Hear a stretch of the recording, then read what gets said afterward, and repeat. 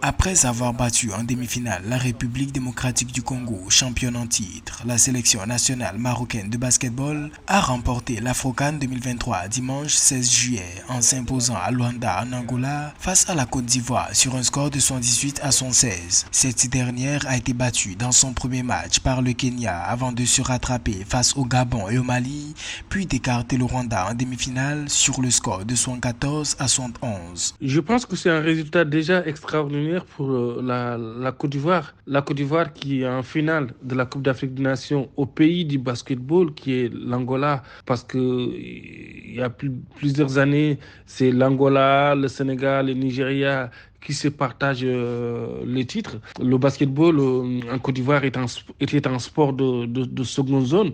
Ça revient sur le devant de la scène.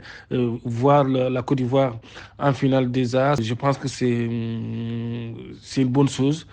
Ayant fait preuve de totale maîtrise avec pas moins de 46 rebonds, dont 30 en défense, alors que la Côte d'Ivoire n'a pu prendre que 37 rebonds, 18 offensifs et 19 défensifs, les Lions de l'Atlas ont réussi à réaliser une exceptionnelle performance. Le sport marocain est dans une forme extraordinaire. Depuis les demi-finales de la Coupe du Monde au football des masculins au Qatar, là on voit une consécration marocaine.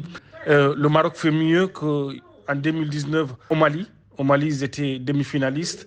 C'est le premier trophée du Maroc dans cette compétition depuis 1965.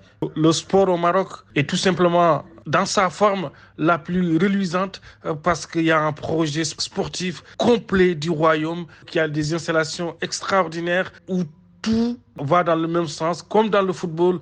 Le Maroc et la Côte d'Ivoire ne s'étant jamais affrontés dans l'histoire de l'Afro-CAN, ce fut une course à la victoire mouvementée où les protégés du sélectionneur Labib El Amrani ont terminé deuxième du groupe C derrière la Tunisie, la seule équipe contre laquelle il s'est incliné. Les Marocains ont ensuite battu le Cameroun, le Kenya et la République démocratique du Congo avant d'éliminer la Côte d'Ivoire en finale, affichant un bilan de 5 victoires et 1 défaite.